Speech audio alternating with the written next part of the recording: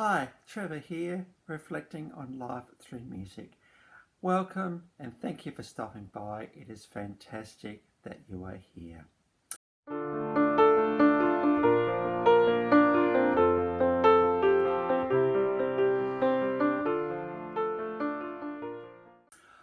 Well, I trust you enjoyed my last video on the 1930s iconic entertainer Al Jolson. Certainly a guy from a bygone era, but considered one of the best ever. With his exuberance, the way that the audience was just captured by the way he performed. He gave himself completely to his audiences. And because it is Al Jolson, I thought that I would do another video just to share a little bit more about what other people have thought about his influence, because it's all very nice for me to say he was influential, but trust me, there are many people who think he is influential. Of course, Al Jolson was the first star to feature in a talking movie with the jazz singer in 1927, and so that movie changed the world because after that, talking was just part of the deal. Before that, it was Charlie Chaplin telling stories through his actions. It was Al Jolson that brought the jazz singer to life. And so yeah, he was an incredible performer. He was a guy that gave himself completely to his audiences, often at the expense of his personal life. And he was a guy that did everything he could to make sure his audiences were captivated by his performances. As I have shared, yes, exuberant, and also the fact that many people have cited him as being a major influence in their own career from all sorts of interesting places. And I've got a few notes here today, so yes, we've got to put the glasses on again so I can read, because there's quite a few people here I thought I'd just go through. And I must admit, I need to thank Wikipedia for this, because Wikipedia is really good when it comes to bands I'm finding. So according to music historians Bruce Crowther and Mike Pinfold, he was the most popular all-round entertainer in America and probably the world has ever known.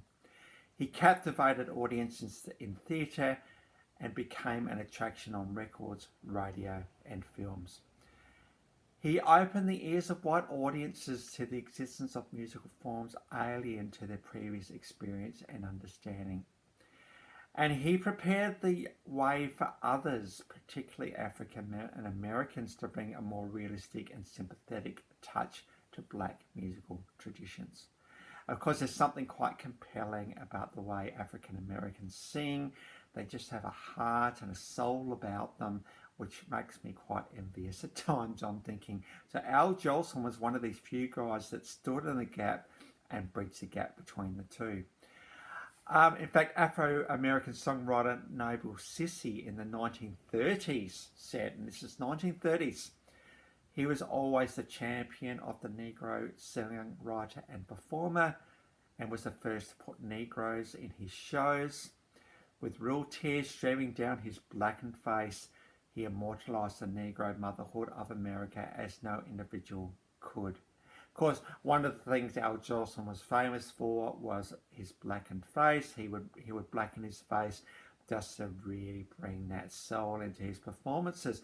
He wasn't doing that disrespectfully. He was doing it because he wanted to bridge the gap between the two. Jolson was in an era before microphones, and so you'll notice that he has a very exuberant and robust and bombastic style about him. That's because people in the back of the theatres needed to be able to hear him. This was the day before microphones. So that just adds to the compelling nature of Al Jolson. And of course, when microphones came in, people like Bing Crosby and Frank Sinatra, who dominated the charts in the 30s, 40s and 50s, were able to bring a more intimate style into their performances because they didn't have to shout as much. But think about the guys before that who had to reach the back of the theatre with their voices. Jolson was a powerhouse in this regard. One of the crooners was Tony Bennett, and he cites and says, "My father took us to see one of the first talking pictures, and it was a singing fool in which Al Jolson sang the song Sonny Boy." That is a real tearjerker. Trust me, that song. In a way, you could say that Al Jolson was the earliest influence as for me as a singer. In fact, I staged my first public performance shortly after seeing that movie to imitate Jolson. And as I leapt into my living room and announced to the adults who were staring at me in amazement, "Me, Sonny Boy," the whole family roared with laughter. Tony Bennett, one of the legends of the music industry. Another legend being Crosby. He cites and talks about how Al just captured his audiences. His chief attribute was the sort of electricity he generated when he sang. Nobody in those days did that. When he came out and started to sing, he just elevated that audience immediately. Within the first 8 bars, he had them in the palm of his hand. I marvelled how he seemingly to personally reach each member of his audience, and he could galvanise his audience into a frenzy. He could really tear them apart. I think Bing Crosby there is citing the fact that audiences just got really, really excited when Al Jolson got on stage. Neil Diamond. Of course, Neil Diamond starred in the 1980 remake of The Jazz Singer. I mean, it would make sense that he would be the guy that would get that particular role. And he said that to The Jazz Singer mirrored his own life. It was the story of someone who wanted to break away from the traditional family and find his own path. And in fact, in 1972, Neil Diamond gave the first solo performance on Broadway, since Jolson had done that many, many years earlier. And so that was, first of all, Broadway had the respect for Al Jolson, and secondly, Neil Diamond was able to do that in honour of Al Jolson. Jerry Lee Lewis, the pianist, piano rocker, he very bombastically said, "There are only 4 true American originals: Al Jolson, Jimmy Rogers, Hank Williams, and Jerry Lee Lewis." I loved Al Jolson. I still got all of his records, even back when I was a kid. I listened to them all the time. You imagine Al Jolson putting Jerry Lee Lewis in the same room, where you just start to see the influence that Al Jolson had on people around him. David Lee Roth, who's songwriter and lead vocalist of Van Halen. So we're talking hard rock here. During an interview in 1985, "When did you first decide you wanted to go into show business?" He said, "I was 7 and I wanted to be Al Jolson." I think in the way that he performed in exuberant style, and we all know how exuberant David Lee Roth is on stage, very much influenced by Al Jolson. They were the only records I had, a collection of old breakable 78s. I learned every song and his moves, which I saw in the movies. Rod Stewart, during an interview in 2003, said, "What is your first musical memory?" And he replied, "Al Jolson, from when we used to have house parties around Christmas or birthdays. We had a small grand piano and I used to sneak downstairs just to be part of music." Jackie Wilson, who's an African-American singer, recorded a tribute album to Jolson. Just goes to show the significance and the esteem the African-American community had for Al Jolson, with the song "You Ain't Heard Nothing Yet," which included his personal note, "The greatest entertainer of this or any other era."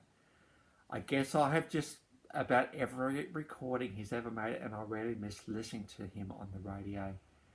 During the 3 years I've been making records, I've had an ambition to do an album of songs which to me represent the great Jolson heritage. This is simply my tribute to the one man I admire the most in this business to keep the heritage of Jolson alive. Even the state of California came out and said, according to California historians Stephanie Barron and Cherie Bernstein, "Few artists have done as much to publicise California as did Al Jolson, who performed and wrote the lyrics for 'California, Here I Come.' and it is considered the unofficial song of the Golden State. There's just a few comments from people who saw Al Jolson as a heavy influence in their own musical journeys. And there have also been some awards that Jolson has received. He actually has 3 stars on the Hollywood Walk of Fame. He's got 1 for radio, 1 for motion pictures, and 1 for the recording industry. In 2000, he received the Golden Palm Star on the Palm Springs, California Walk of Stars. Jolson is a member of the American Theatre Hall of Fame. And another really, I suppose, nice tribute to Jolson is the US Postal Service honoured him by issuing a 29 stamp that was unveiled by Erie Jolson Crancer, was Jolson's 4th wife. As I said before, I think his passion for performing did have an effect on his personal life, and I think we've always got to keep that in a little bit of balance with Al Jolson, because the world well and truly benefited from him. And at a ceremony at the Lincoln Center on the 1st of September 1994, the stamp was one of a series honouring popular American singers including Bing Crosby, Nat King Cole, Ethel Merman, and Ethel Waters. There's an incredible bunch of people amongst that little list. And in 2006, Jolson had a street named in New York after him, the Al Jolson Way, with the help of the Al Jolson Society. So when I say Al Jolson was significant, I'm not the only one saying that. There are people from both sides of the Atlantic saying that. He was an incredible performer. He was a guy from a bygone era. He was a guy that didn't have microphones. He had to project his voice to the back of the theatres.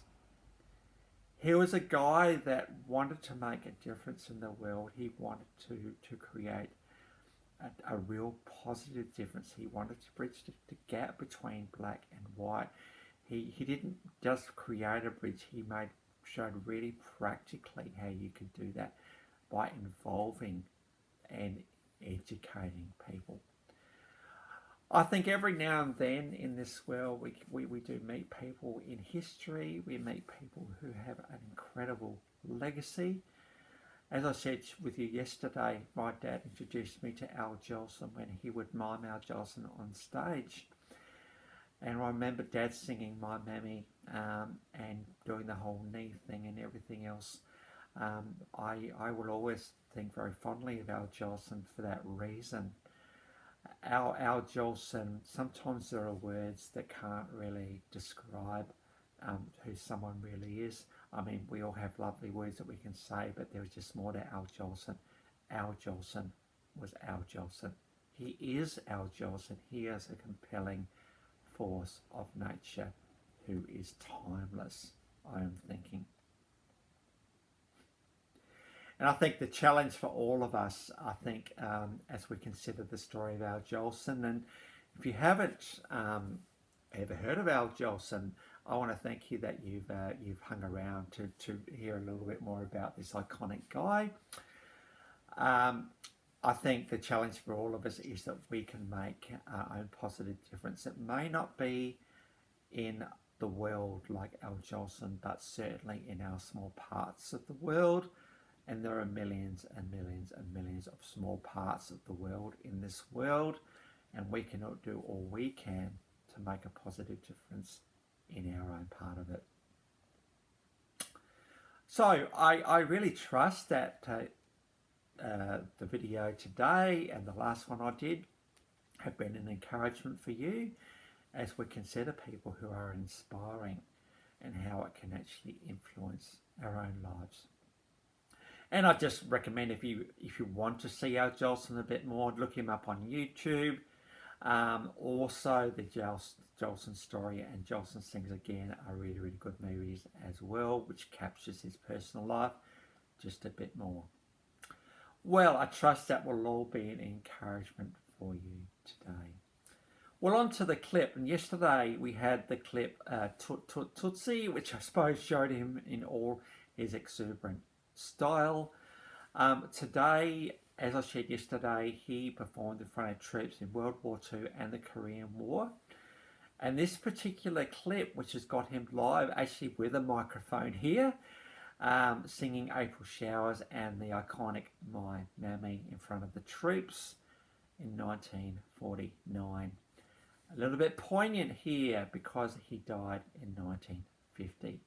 It is said that in Korea he performed 42 concerts in 16 days, and I think that's what ended up doing him in.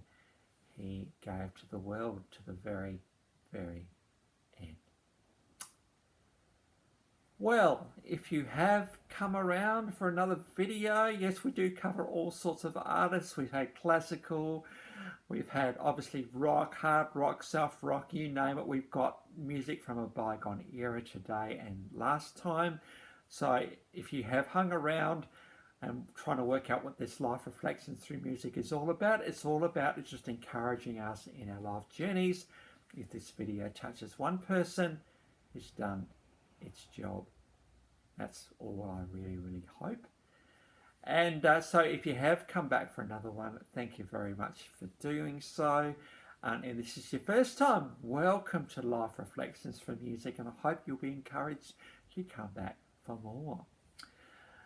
And if you have hung around to the end, fantastic. The encouragement always is that if you do hang around to the end, if you do click on one of my videos, hang around to the end, because we talk about some interesting stuff at times. I suppose the word interesting is up to you to decide. Well, that's it for today. Next time we're going to go on to soft rock, American Legends, America.